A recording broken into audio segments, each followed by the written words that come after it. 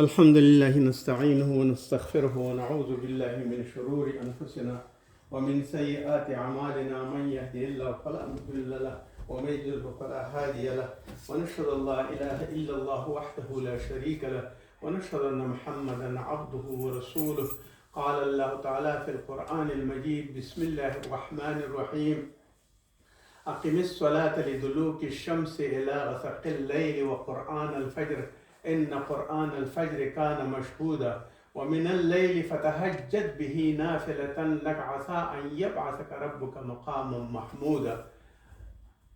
آيات نهاية سورة بني إسرائيل.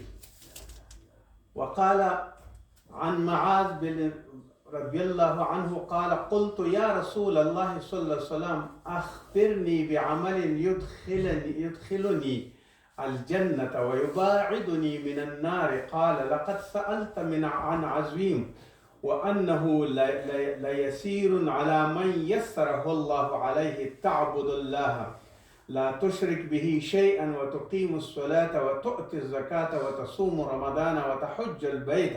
ثم قال: ألا أدلك على أبواب الخير؟ الصوم جنة والصدقة تطفئ الخطيئة كما يطفئ الماء النار، وصلاة الرجل من جوف الليل. ثم تلا: تتجافى جنوبهم عن المضاجع، الآية السجدة. ثم قال: لا أخبرك برأس الأمر وعموده وذروة سنامه؟ قلت: بلى يا رسول الله صلى الله عليه وسلم. قال: رأس الأمر الإسلام وعموده الصلاة وذروة سنامه الجهاد. ثم قال: ألا أخبرك بملاك ذلك كله؟ قلت: بلى يا رسول الله. فأخذ بلسانه قال: كف عليك هذا. قلت: يا نبي الله وإن لمؤاخذون بما تتكلم به. فقال: سكلتك أمك. وهل يكب الناس في النار على وجوههم وعلى مناخرهم إلا حصائد ألسنتهم؟ رواه الترمذي وقال: حديث حسن صحيح. أما بعد، زما د ایمان او د کلمې ورونو، الله جل جلاله دې درته زما سره د جمعې او د دې ټولو منځونو اجرونه او عوضونه درکړي. د الله جل جلاله او د رسول الله صلی الله علیه وسلم د دې آیات تفسیر داسې کړی دی چې ټول د عبادت سوال کوي او عبادت باید وشي، او د عبادت دپاره څه شی دی؟ اولین شی په عبادت کې مونځ دی. الله جل جلاله فرمایي: اقم الصلاة لدلوک الشمس. منځ وکړه لدلوک الشمس، هغه وخت کې چې لمر کله زوال کوي یا د خپل خط اصلي محور نه او د مابین د مرکز نه یو خواته مایل کیږي، الی غسق اللیل، تر هغې وخته پورې چې د شپې تیاره خوره شي او د شپه شي، یعنې په منځ وکړه په شپه کې. الى غسق الليل وقرآن الفجر، وهم منذ کا هغه وخت کې کله چې فجر وي.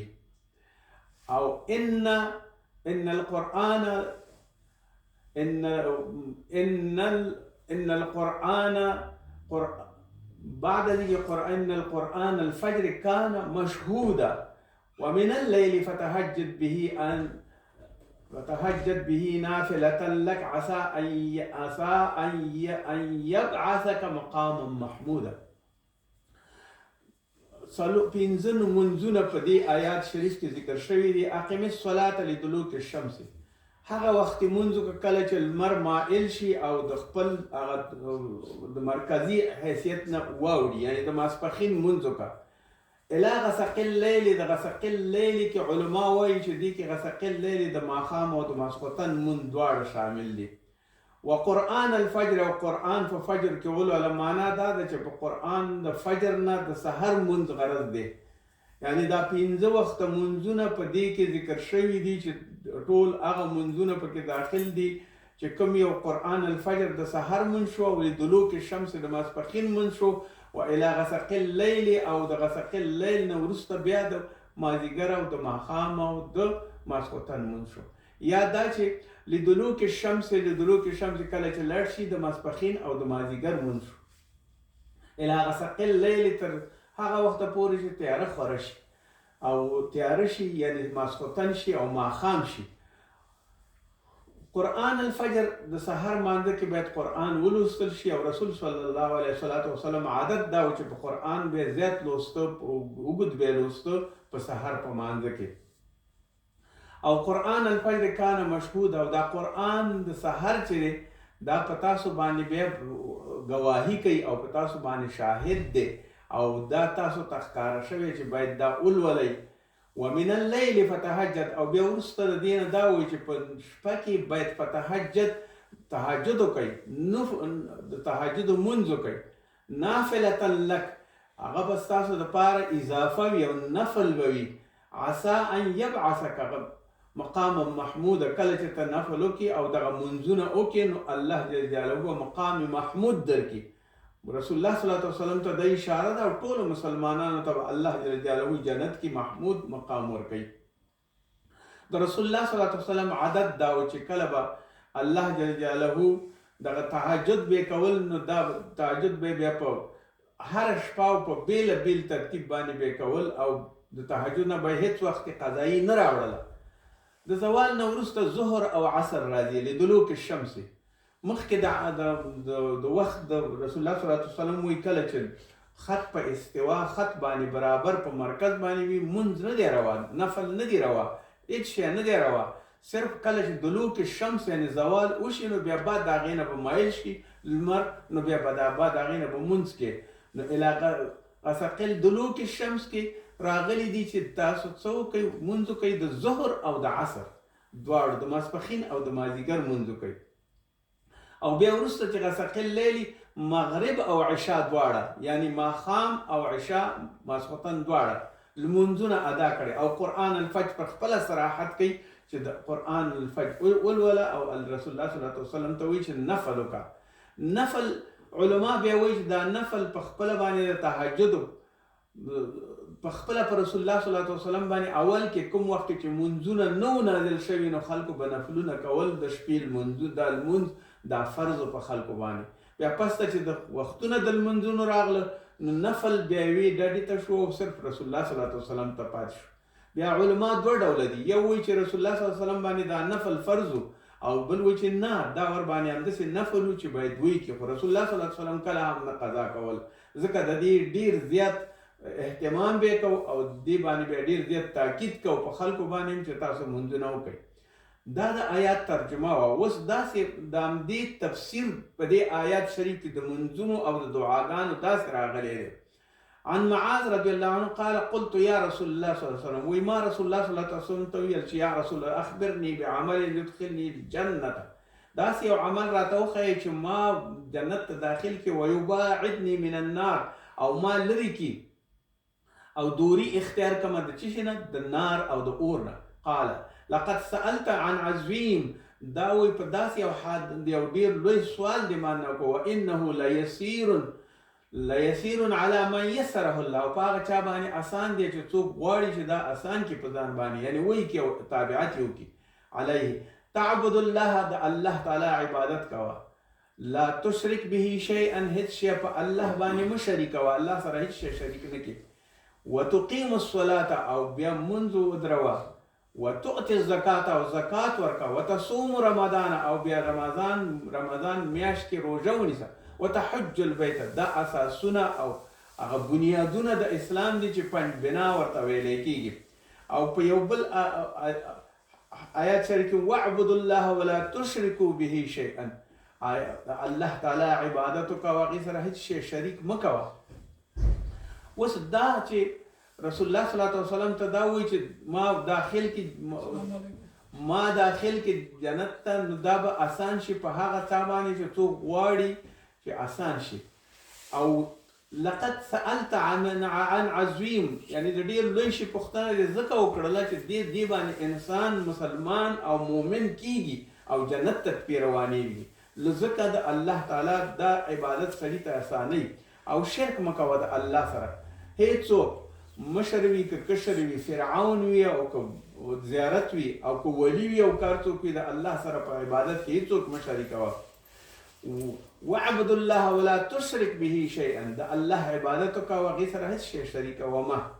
وتؤتي الزکات، او زکات د مال دی ورکه کله چې د نصاب خاوند شي د زکات ورکه. وتصوم رمضان، او بیا روژه ونیسه. تحج البیت، او بیا حج وکړه. کله په یو مؤمن باندې په خپل عمر کې کله چې غني شي یو ځل پې حج فرض دی او باید دا فرض وکړي، ځکه دا آخري مناسک دي او مسک مناسک دي د ټولو عباداتو. ثم قال، بیا وفرمایل رسول الله صلی الله علیه وسلم: الا ادلک علی ابواب الخیر، ایا زه تا ته هغه دروازې او ابواب د خیر ونه ښیمه؟ د دې خپل رسول الله صلی الله علیه وسلم ویل چې زه د خیر هغه دروازې تا ته ښیمه. الصوم جنة، روزه چې دا ډال دی، سپر دی په مقابل د شیطان کې او د مقابل د ګناهونو کې. والصدقه تطفئ الخطیئه، او صدقه چې ده، خیرات چې دی، زکات چې دی، او کوم یو چې د فقیرانو لاسنیوي او مسکینانو خلکو ته او غریبانو ته یو څه ورکې، فقیرانو ته یې ورکې. الخطیئه یطفئ الماء النار، داسې محوه کوي دا صدقه گناهونه ستا لکه څنګه چې اوبه اور محوه کوي او مړ کوي، داسې ستا ټول گناهونه محوه کوي. وصلاة الرجل، او د یو سړي مونځ، من جوف اللیل، په نیمه شپه کې، یعنې فتهجد، تهجد وخت کې. ثم تلا، رسول الله صلی الله علیه وسلم: تتجافا جنوبهم عن المضاجع، هغه خلک چې خپل ډډې او یا خپل ځانونه جګوي د خپلو بسترونه، یعنی د دې مونځ کوي، د تهجد مونځ کوي. ثم قال، بیا رسول الله صلی الله علیه وسلم وویلې، وی فرمایل: الا اخبرک برأس الامر، ایا زه تا ته د ټولو شیانو د هغه کوم یو چې اصلي شی دی هغه درته وښیم؟ رأس الامر، هغه درته وښیم. وعموده، او د هغې هغه ولاړ ستن درته وښیم. وذروة صنامه، او د هغې اوچتوالی او قبې درته وښیمه. دلته الا اخبرک برأس الامر، هغه چې شی چې ضروري دی هغه درته وښیم. وعموده، عمود دې ته وایي چې یوه ستنه او ودرول، لکه مثلا یو فستات، یوه خیمه چې مونږ ودرو نو هغې ته یو عمود ودرو، یا یو کوټه ودرو نو هغې ته یوه ستنه ودرو. د ستنې باندې چې کله بار راشي نو عمود د دین داسې دی چې هغه اوس رسول الله صلی الله علیه وسلم ورته ښیي چې څه شی دی. وذروة صنامه، او د اسلام یا د دین هغه اوچتوالی، او لکه د اوښ قب، د قب غوندې هغه اوچته مناره یې څه شی ده؟ قلت بلا، ورته مې وویل، معاذ وایي چې رضی الله عنه چې هو، ورته مې ویل بلا، ووایه یا رسول الله صلی الله علیه وسلم، ما ته وښیه. قال رأس الامر، کوم یو مې چې درته رأس د امر وښوده، یعنی کوم یو چې هغه ټولو شیانو پورې مربوط دی. رأس الامر الاسلام، هغه اسلام دی. رأس الامر یعنی د ټولو شیانو مجموعه اسلام دی. وعموده، او هغه ستن چې پې ودرېږي دغه دین او اسلام، هغه څه شی دی؟ الصلاة، هغه مونځ دی. وذروة صنامه، او هغه چې اوچت شی دی او قب دی او ګنبده ده او د اسلام اوچت شی دی، هغه څه شی دی؟ الجهاد، جهاد فی سبیل الله. جهاد په مال باندې وي، جهاد په وجود او په جسم باندې وي، او جهاد په دعا باندې وي، او په هر څه چې وي جهاد. دا ښایي چې دا صنام، دا اوچتېدل او یو قبه ده او یو اوچتوالی دی د اسلام دپاره. ثم قال، بیا وفرمایل رسول الله صلی الله علیه وسلم: الا اخبرک بملاک ذلک کل، آیا د دې ټولو شیانو هغه ملاک او هغه حرکت کوونکی درته وښیم او هغه واقدار درته وښیم؟ ذلک کل، د دې ټولو شیانو. قلت، معاذ رضی الله عنه وښیه ماته. بلا یا رسول الله، هغه څه شی دی؟ فاخذ بلسانه، باید ژبه یې خپله ونیوله، لسان یې خپل ونیو. قال کف علیک هذا، منع شه د دې نه، او خپله ژبه منع کړه د دې نه چې هذا. قلت یا نبی الله، ای نبی صلی الله علیه وسلم، وان لمؤاخذون بما نتکلم، ایا موږ خپل ژبه ونیسو دې لپاره چې خبرې ونه کړو او خبرې ونه شو کړلی به په دې ژبه باندې؟ فقال ثقلتک امک، په تا دې وایي مور بوره شي. مادرت بالایت سرت گریه کنه، ثقلتک، دا د عربي یو تاکیه کلام دی. وهل یکب الناس فی النار، په سرچپه غورځېږي په اور کې، علی وجوههم، په مخونو باندې، یعنې سرچپه غورځېږي، او علی مناخرهم، او په خپلو پوزو او په خپل مخونو باندې. الى حصاد السنتهم، حصائد السنتهم، د هغه څه نه چې دې ته هغه حصائد یعنی هغه کوم یو شی چې په ژبه باندې ویلی دی او هغه یې کړی دی او هغې ذکر یې کړی دی او خلکو ته تکلیف رسولی دی، غیبت یې کړی دی، دروغ یې ویلی دي، غلط کلامونه یې خلکو ته خواره کړي دي. د دې ټولو څه شی دی چې دا به په مخ باندې به غورځېږي او جنت کې به اچول کېږي. دا ملاک د دې ټولو شی نه ژبه ده. او ژبه چې ده رسول صلی الله علیه وسلم فرمایي دا ژبه دا ټول اندامونه او دا ټول هر څه دا اعضا د وجود هر سهار د خپلې ژبې ته وایي چې ته لږه قلاره شه او ارامه شه او د خپل د الله په لاره کې روانه شه. او که چېرته ته غلطه شي موږ ټول دغه اعضا د وجود ټول در سره موږ په غضب باندې ککړېږو، یعنې هر یو بې ځای بې ځای کول. نو د ژبه او د هغې کړنه باید ډېره احتیاط باندې وي او سمه وي. رواه الترمذي، دا ترمذي احتیاط کړی دی. الله جل جلاله په قرآن کې فرمایي وقال الله فسبحان الله حين تمسون وحين تصبحون. پاکی دا الله جل جلاله رب حين تمسون په وخت ماسپښین کې، وحين تظهرون تمسون د سبا او د ماسخوتن، او حين تظهرون او په وحين تصبحون په شپه کې او په سبا کې. وله الحمد او هغې دپاره الله دپاره حمد فی السماوات والارض، په ځمکه او په اسمان کې وعشیا وحین تسهرون، او هم په ماسخوتن کې یعنې د شپې نه او د مازدیګر نه او د ماسپښین نه وحین تسهرون او په وخت د ماسپښین کې د دپاره سبحانه او پاکي ده. ولې پاکي ده؟ ځکه چې الله جل جلاله فرمایي په دې کې ځینې علما داسې وایي چې دا د مانځه وختونه یې په دې کې ښودلي، او اکثریت د علما او مفسرین دا وایي چې فسبحان الله حین تمسون د الله جل جلاله ذکر کوه په هر وخت کې. لکه څنګه چې د منځونو پاس هغه ذکر وشو، د هر مانځه پسې وروسته ذکرونه کوه، یا حتی په لاره باندې روانې ذکر کوه، مانځه پسې وروسته ذکر کوه، د شپې چې په ډډو او په اړخونو باندې اوړې په خپل سریر او په خپل کټ کې په هغې باندې ته کوه، دا ټول شي نه کوه. الله جل جلاله په هر څه باندې مهربانه دی، او دا د انسان دپاره دا ښودل شوي دي چې باید ذکرونه ژبه په خپله رسول الله صلی الله علیه وسلم وایي ژبه یا لمده ښه ده په ذکر باندې، او یا چوپوالی ښه دی، خاموشي ښه ده. او قول یې داسې دی اخبرني یعمل يدخل الجنه، چې معاذ ورته ویل چې موږ داسې قول راته وښایي چې موږ جنت ته داخل کړي، ویباعد النار او د اور نه م لرې کړي. هذا يدل على شدة اهتمام معاذ، وی دا د معاذ رضی الله عنه د ډېر اوچت دین او تقوا نه کوي، د تقوا نه دلالت کوي بالاعمال الصالحه، چې دا یو صالح سړی او د دې عملونه ټول صالحو. نو ځکه یې د رسول الله صلی الله علیه وسلم نه د دې پوښتنه وکړه چې زه د لرې شم د اور نه او جنت ته داخل شم.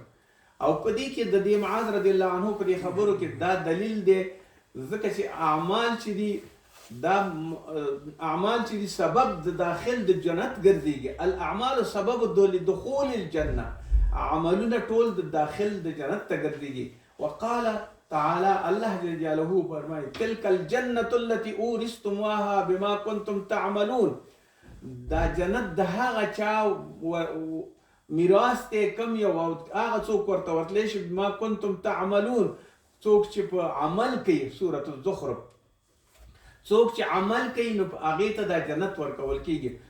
واما قوله صلی الله علیه وسلم، مگر قول د الله جل جلاله داسې دی چې لن يدخل احدكم منکم الجنة بعمله، په خپل عمل هم سړی نه داخلېږي. مثلا الله تعالی وایي چې راوړه عمل دی، ټول عمل ور وړاندې که ورته.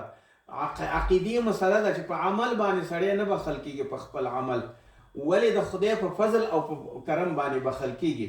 فالمراد والله اعلم، الله پوهېږي چې دې باندې څه به خو الاعمال هغه وخت دي چې د الله فضل ورسره وي، او که د الله فضل نه وي او یو سړی د زړه د اخلاص نه کوي، نو د الله فضل هغه وخت وي چې د زړه اخلاص وي، د خولې ویل وي او د خپلو جوارحو استعمال په عبادت کې وي، نو ځکه بیا به دا مستحق د جنت ګرځېږي. بفضله ورحمته، د الله په فضل او په رحمت به جنت ته ځي. بیا سبب همدغه جوړېږي چې عمل دې کړی وي، نو د الله د سبب د رحمت او د فضل جوړېږي چې تا باندې فضل وکړي. او رحمت د الله هغه چا سره دی کله چې د الله په لاره باندې روان وي، او اسباب د جنت هغه څه دي چې کله ته د الله دپاره د هغې د اوامر ادا کړي، د هغې اعمال وکړي، او من فضل الله و رحمته بیا به تا باندې فضل د الله وي او رحمت به در باندې وي که ته د اسباب جوړ کړي.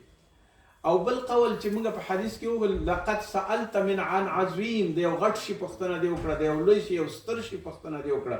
وذلك لأن دخول الجنة ونجات النار، ځکه چې داخلېدل په جنت کې یعنی جنت ته ننوځي، اعوذ به من النار، او تو پناه غواړي د اور نه، هغه به څه وکړي؟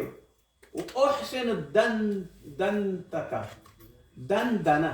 قال رسول الله صلی الله علیه وسلم دندنته معاذ رضی الله عنه دندنه. مفسرین او علما وایي چې حولها ندندن. رسول الله صلی الله علیه وسلم فرمایي چې ندندن معنا دا ده چې ته هغه وخت هم ذکر کوه لکه مچۍ یا بل شی چې بنګېږي، ذکر باندې همیشه دپاره په خپله باندې چې څوک پرې پوه نه شي، مګر په زړه کې به هم ذکر کې او په خوله به هم داسې ذکر کې، هغه هم هیڅ وخت چپ نه پاتې کېږي، یعنی دندنه هم کوه په خوله باندې، سبحان الله الحمدلله په خوله کې دننه هم وایه.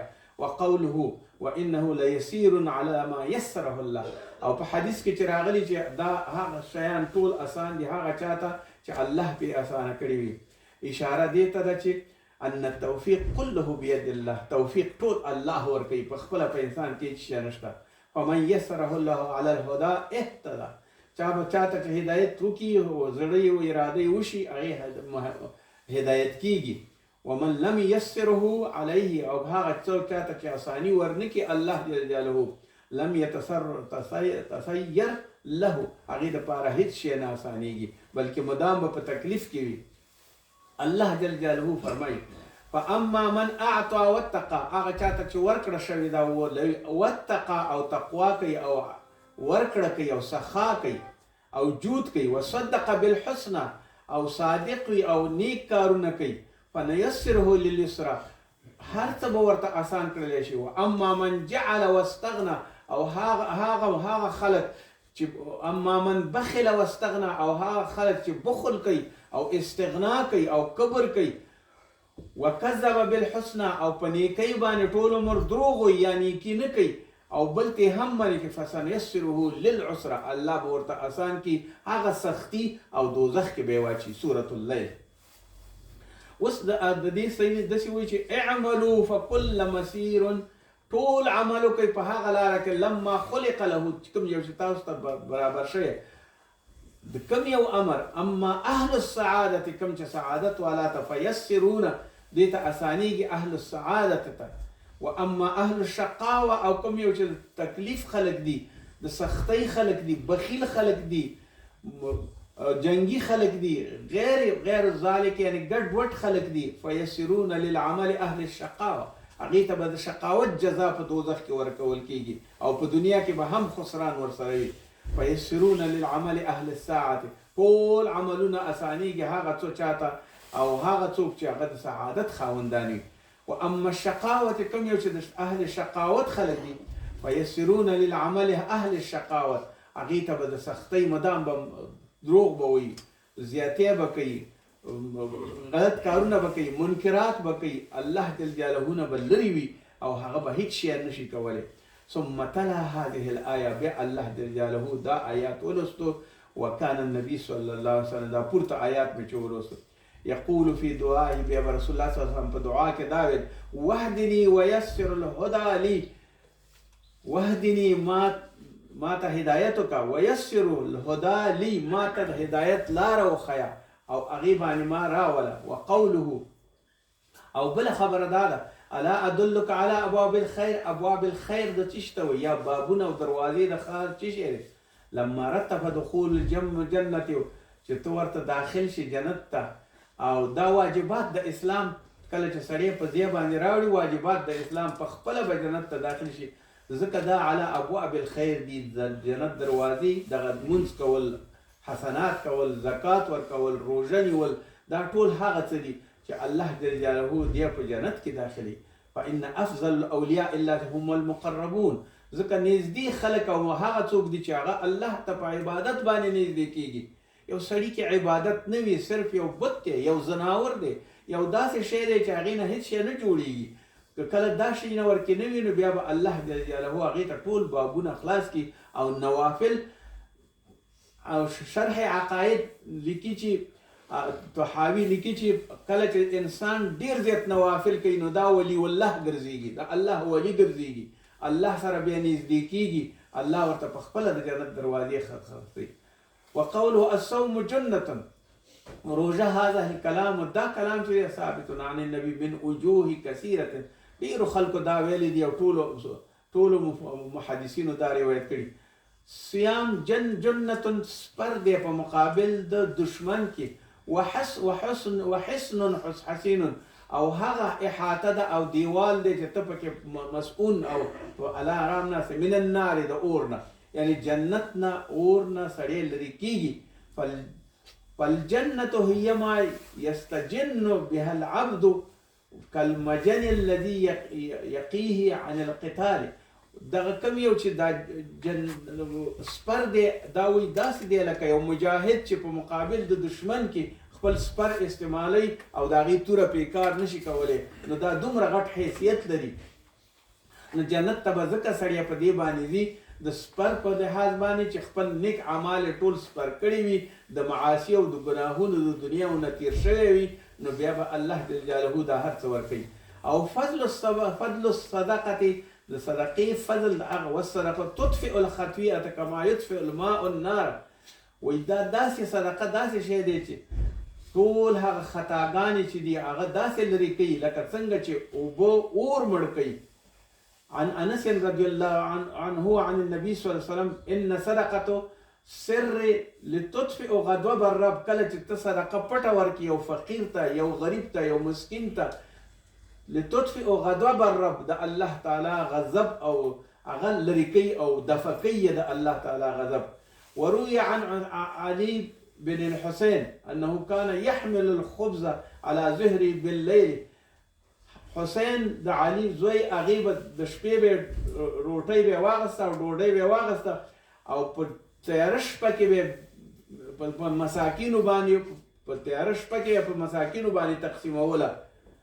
ويقول ان صدقه في الظلام ليل تطفئ غضب الرب. ځکه چې په پټه باندې صدقه ورکول او په تیاره کې صدقه ورکول دا غضب د الله تعالی دفع کوي او لرې کوي، د غضب مرب کوي. وقال رسول الله صلى الله عليه وسلم، قال الله تعالى ان تبدوا الصدقات فنعمه وان تخفوه وتؤتوا فقراء فهو خير لكم. وی صدقې چې کله ورکوئ نو دا بهتره ده چې تخفوه پټې ورکړي، وتؤتوا الفقراء فهو خير لكم، او فقیرانو ته ورکړي دا بهتره ده. ويكفر عنكم سيئاتكم، او بیا به تاسو دا ټول هر څه سیئات به م لرې کېږي. د چا په بما تعملون خبیر، سورة البقره. کله چې تاسو پټه صدقه ورکوئ او د الله جل جلاله پر رضا ورکوئ او هیڅوک نه خبرېږي او د ریا نه خالي وي او د خپل شوشانه خالي وي، الله جل جلاله تاسو ته ټول اجر درکوي. او تطفئ غضب الرب، د الله تعالی غضب رفع کوي. ربنا آتنا في الدنيا حسنة وفي الآخرة حسنة وقنا عذاب النار. وصلى الله على خير خلقه محمد وآله وصحبه أجمعين برحمتك يا أرحم الراحمين.